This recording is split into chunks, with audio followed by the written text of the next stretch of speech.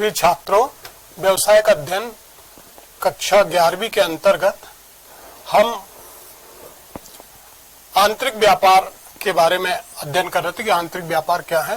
तो पूर्व में जैसा कि बताया था कि आंतरिक व्यापार वे व्यापार हैं जो कि एक देश की सीमा के भीतर किए जाते हैं।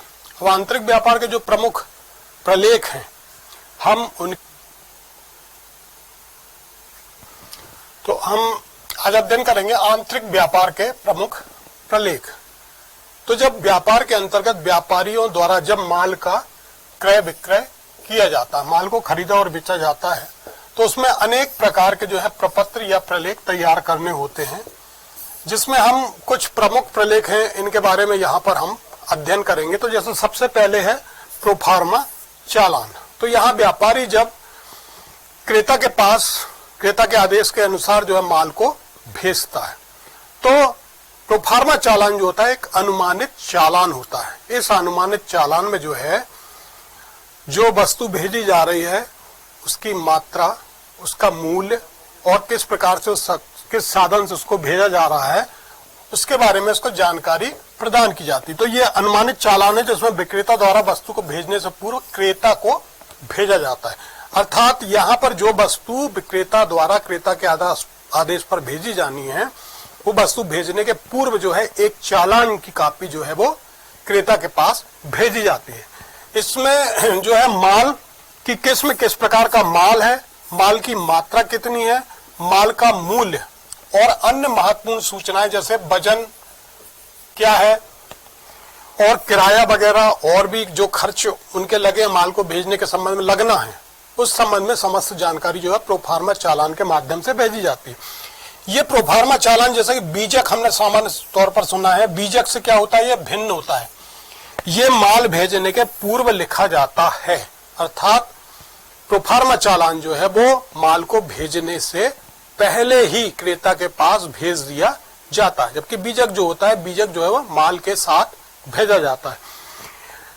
प्रोफार्मा चालान में जो है बिक्री से संबंधित जानकारी एकदम सही नहीं होती। अर्थात जो माल अभी भेजा जाना है उससे संबंधित जो जानकारी है वो एक्यूरेट नहीं होती, इसलिए ये क्या अधिकृत बीजक नहीं होता। ये एक प्रकार से सिर्फ सामान्य जानकारी बतौर एक चालान प्रपत्र होता है, जिसके माध्यम से क्रेता ये जान सकता है कि जो माल उसने मंगवाया है उसकी किस्म क्या है, उसकी मात्रा कितनी है, उसका मूल्य क्या है और भी जो दीगर उसमें खर्चे जोड़ना है वो किस प्रकार के, किराया कितना लगेगा। तो ये प्रोफार्मा चालान के माध्यम से जो है जानकारी उसके पास, क्रेता के पास माल भेजने के पहले भेजी जाती है, वो कहलाता है प्रोफार्मा चालान। दूसरा जो प्रकार है वो है बीजक, जो अभी हमने बताया। तो जिस प्रपत्र पर व्यापारी उपभोक्ता को वस्तु के विक्रय के बारे में लिखित रूप से सूचित किया जाता है वो विक्रय बीजक कहलाता है। अर्थात माल के साथ जो प्रपत्र भेजा जाता है वो कहलाता है विक्रय बीजक।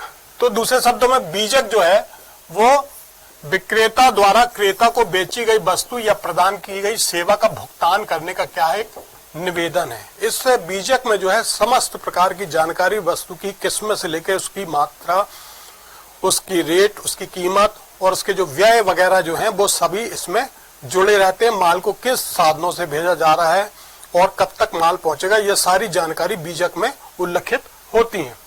तो इसमें जो है बीजक में वस्तु व सेवाओं की सूची का वर्णन तथा मात्रा आदि लिखी होती है। ये जो है 3 प्रतियों में बनाया जाता है और इसमें जो पूर्व में शर्तें, दर, जो भी कीमत निर्धारित हुई है वस्तु की, उसी शर्तों के अनुसार जो है बीजक पर माल को भेजा जाता है, तो वो कहलाता है बीजक।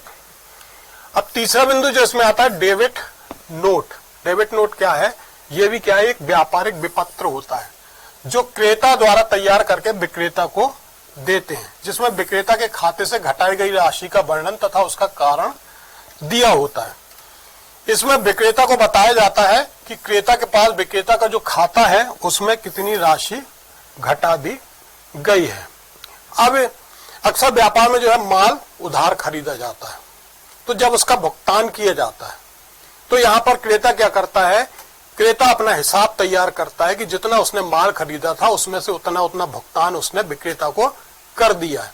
इस आशा से जो पत्र विपत्र तैयार किया जाता है वो कहलाता है डेबिट नोट। अब इसमें जो है जब क्रेता के खाते से निर्धारित राशि से अधिक मूल्य वसूल किया गया हो, इस शर्त पर लिखा जाता है।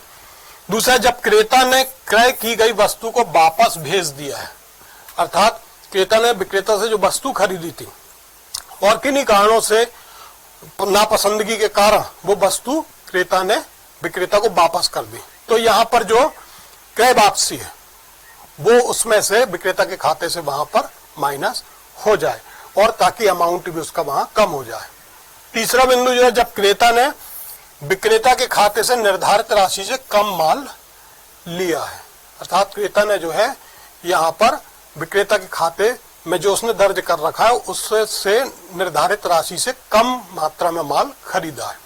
तो डेबिट नोट जो है वो प्राप्ति के प्रमाण में विक्रेता क्रेडिट नोट जारी करता है और डेबिट नोट जो है वो नीली स्याही से लिखा जाता है। वह डेबिट नोट प्राप्तियों को घटा देता है। तो यहां पर जो है ये डेबिट नोट जो है बिंदु है वो है क्रेडिट नोट। अब क्रेडिट नोट इसमें जो है क्रेता के खाते में जमा राशि का विवरण तथा उसका कारण दिया होता है।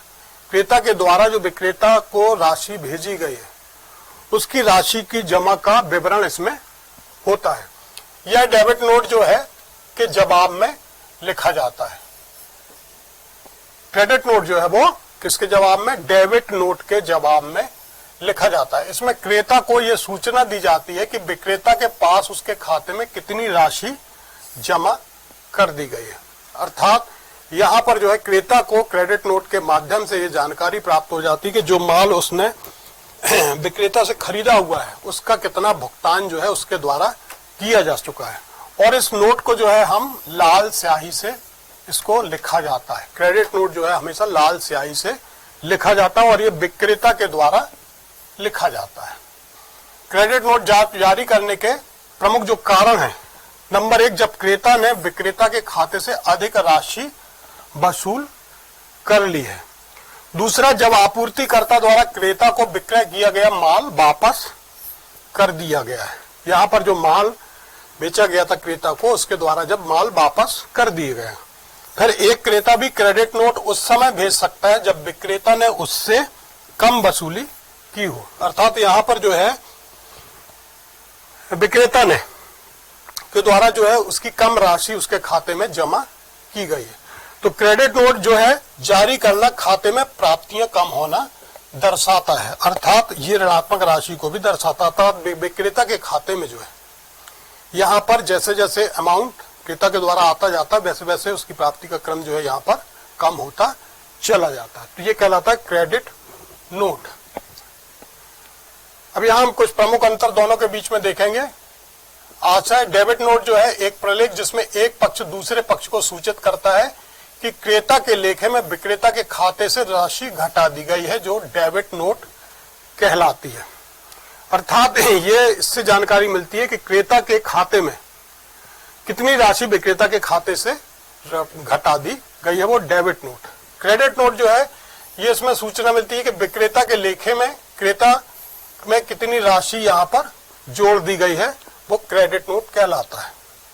दूसरा, स्याही डेबिट नोट जो है हमेशा नीली स्याही से लिखा जाता है और क्रेडिट नोट जो है वो लाल स्याही से लिखा जाता है। फिर प्रत्युत्तर किसी के जवाब में नहीं लिखा जाता। डेबिट नोट जो है ये किसी के जवाब में नहीं लिखा जाता। डेबिट नोट जो है ये प्रत्युत्तर में जवाब में लिखा जाता है। फिर प्रतिनिधित्व जो है डेबिट नोट जो है वो धनात्मक राशि का प्रतिनिधित्व करता है, अर्थात अमाउंट को बढ़ाता हुआ प्रस्तुत करता है, जबकि क्रेडिट नोट जो है ये ऋणात्मक राशि का प्रतिनिधित्व करता है। ये बताता है कि राशि कम से कम होती जा रही है। फिर लेन देन, डेबिट नोट जो है वो प्राप्तियों में कमी करता है, जबकि क्रेडिट नोट जो है वो भुगतान में कमी कर देता है। और अंतिम जो है पुस्तक लेके, इसके आधार पर जो है क्रय वापसी पुस्तक को अद्यतन किया जाता है और इसकी सहायता से जो है बिक्री वापसी की पुस्तकों को अद्यतन किया जाता है। तो ये जो प्रमुख अंतर है डेबिट नोट और क्रेडिट नोट में। इसके बाद जो पांचवा बिंदु है लारी रसीद क्या है। अब जब माल भेजने वाली कंपनी के पास किसी निर्धारित स्थान पर माल भेजने हेतु अपना माल बुक कराते हैं, तब वह माल बुकिंग की जो रसीद देता है वो कहलाती है लारी रसीद। यहाँ विक्रेता जब माल को किसी निर्धारित स्थान पर भेजने के लिए माल को बुक कराता है तो उसके द्वारा जो रसीद दी जाती है वो लारी रसीद कहलाती है। माल प्राप्त करने वाला जो है लारी रसीद दिखाकर जो है माल प्राप्त करने वाला लारी रसीद को दिखाकर जो है माल प्राप्त कर लेता है। जिस स्थान पर माल भेजा जाता है उसके प्राप्तकर्ता को लारी रसीद डाक द्वारा या फैक्स से भेज दी जाती है, तो वो कहलाती है लारी रसीद। और अंत में यहाँ रेलवे रसीद। रेलवे रसीद जो है रेलवे अधिकृत को निश्चित स्थान पर भेजने हेतु माल सुपुर्दगी की प्राप्ति की क्या है, एक रसीद है।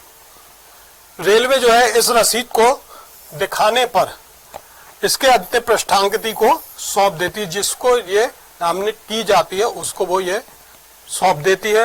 माल भेजने की जो शर्तें हैं उन दशाओं का वर्णन भी इस रसीद के पृष्ठभाग में लिखा होता है। तो ये एक प्रकार का क्या है, अधिकार का पत्र है। यहाँ माल प्राप्त करने वाला जो है भेजने वाले की तुलना में श्रेष्ठ अधिकार नहीं रखता, अर्थात रेलवे रसीद के आधार पर जो है माल प्राप्त करने वाला जो है माल भेजने वाले की तुलना में ज्यादा अधिकार नहीं रखता। तो ये कहलाती रेलवे रसीद। और यहाँ पर हम देखते हैं व्यापार में मूल्य निर्धारित करने की प्रमुख शर्तें। जब व्यापार के अंतर्गत जब वस्तुओं को भेजा जाता है तो उसके अंतर्गत जो मूल्य निर्धारित की जाते हैं उसके लिए कुछ प्रमुख शर्तें हैं, जैसे माल प्राप्ति पर भुगतान। आमतौर पर जो है माल जो भेजा जाता है वो किसी भी साधनों से भेजा जाता है और एक आदेश के तहत भेजा जाता है। तो जब माल जो है मेल आदेश पर भेजा जाता है, या तो मौखिक आदेश हो सकता है, फोन पर आदेश हो सकता है, या मेल के माध्यम से आदेश हो सकता है, तो यहाँ पर जब भुगतान हो जाता है तभी माल की डिलीवरी की जाती है। अब यदि भुगतान नहीं हो पाता तो ऐसी स्थिति में जिस साधन से माल को भेजा गया उस साधन के माध्यम से माल को जो है विक्रेता को वापस सौंप दिया जाता है। यदि कोरियर वगैरह के माध्यम से या डाक माध्यम से हमने माल को भेजा और भुगतान विक्रेता के द्वारा नहीं किया गया, माल उसने प्राप्त नहीं किया, तो ऐसी स्थिति में माल जो है वो वापस विक्रेता को सौंप दिया जाता है। तो कैश ऑन डिलीवरी मतलब नगद भुगतान करने पर ही जो है माल आपको सौंपा जाएगा। तो वो माल जो इसकी शर्त है माल प्राप्ति का पर ही भुगतान होगा। फिर दूसरा लदान माफ। अब यदि लदान मतलब यहाँ पर जो है माल को लारी में लादने से या जहाज पर या रेलवे के वैगन में माल को लादने के संबंध में जो व्यय हुए हैं, तो यदि विक्रेता जो है माल के लदान का व्यय स्वयं वहन करता है तो उसके भी यहाँ पर जो है शर्तें निर्धारित रहती हैं। फिर लागत बीमा एवं भाड़ा। इसमें जो है दिए गए मूल्य में सभी प्रकार के व्यय, किराया व बीमे का व्यय भी सम्मिलित होता है। जो भी बीजक के अनुसार जो मूल्य लगाया गया है उस मूल्य में जो है अन्य दीगर जो व्यय है माल को भेजने के संबंध में, किराया हो गया, बीमे के व्यय हो गया, और भी जो लदान वगैरह के व्यय हैं वो सब इसमें जोड़ दिए जाते हैं। फिर लोको मूल्य क्या है? लोको मूल्य सामान्य तौर पर जो है यहाँ पर विक्रेता जो है वस्तु की लागत व कुछ लाभ की राशि जुड़ी होती है, जिसे हम मूल रूप से क्या कहते हैं, कारखाना मूल्य कहा जाता है। अर्थात इसमें जो है दीगर अन्य व्यय, माल का किराया भेजने के संबंध में, माल की लदान के व्यय और भी जो अन्य व्यय हैं वो इसमें नहीं जुड़े होते। सिर्फ वस्तु की लागत और कुछ आंशिक लाभ का हिस्सा जो होता है उस मूल्य में जुड़ा होता है। तो यदि लोको मूल्य लिखा हुआ है तो इसके संबंध में मतलब क्या है कि विक्रेता के द्वारा जो है सभी व्यय किए गए हैं, नहीं किए गए। तो अब यहाँ पर लोको मूल्य लिखा है तो यहाँ पर आशा ये है कि अब बाकी के जो भी दीगर व्यय हैं वो सब किसके द्वारा किए जाएंगे, क्रेता के द्वारा किए जाएंगे। तो वो कहलाता है लोको मूल्य, जिसमें सिर्फ माल की लागत और कुछ आंशिक लाभ का राशि जुड़ी होती है, वो कारखाना मूल्य के अंतर्गत लोको मूल्य कहलाता है। फिर रेल व जहाज भाड़ा मुक्त। यहाँ पर जो है विक्रेता के द्वारा जो है रेल भाड़ा तथा जहाज तक लाने ले जाने के जो सभी व्यय यदि विक्रेता के द्वारा किए गए तो यहाँ पर क्रेता को कोई भी व्यय नहीं करना है। फिर लागत एवं भाड़ा अंतिम। इसके अंतर्गत जो है आयातकर्ता या क्रेता के द्वारा बंदरगाह तक पहुंचाने के जो व्यय होते हैं वो भी सम्मिलित होते हैं। तो क्रेता के पास तक माल को पहुंचाने के संबंध में जो भी व्यय होते हैं वो इसमें सम्मिलित होते हैं। और अंत में जो है त्रुटियां या भूल चूक माप, सामान्य तौर पर बीजक में जो है अंत में लेखक के द्वारा ये बिंदु लिखा जाता है। यदि किसी प्रकार की कोई त्रुटि या चूक हो गई है तो वो भूल चूक माप की दृष्टि से लिखी जाती है और भविष्य में क्रेता यहाँ पर उस संबंध में कोई विशेष प्रकार का दावा न कर सके, इसके लिए जो है त्रुटि एवं भूल चूक माप लिखा जाता है। तो ये जो है व्यापार में जब भी मूल्य निर्धारित किया जाता तो उसके संबंध में कुछ ये प्रमुख शर्तें हैं।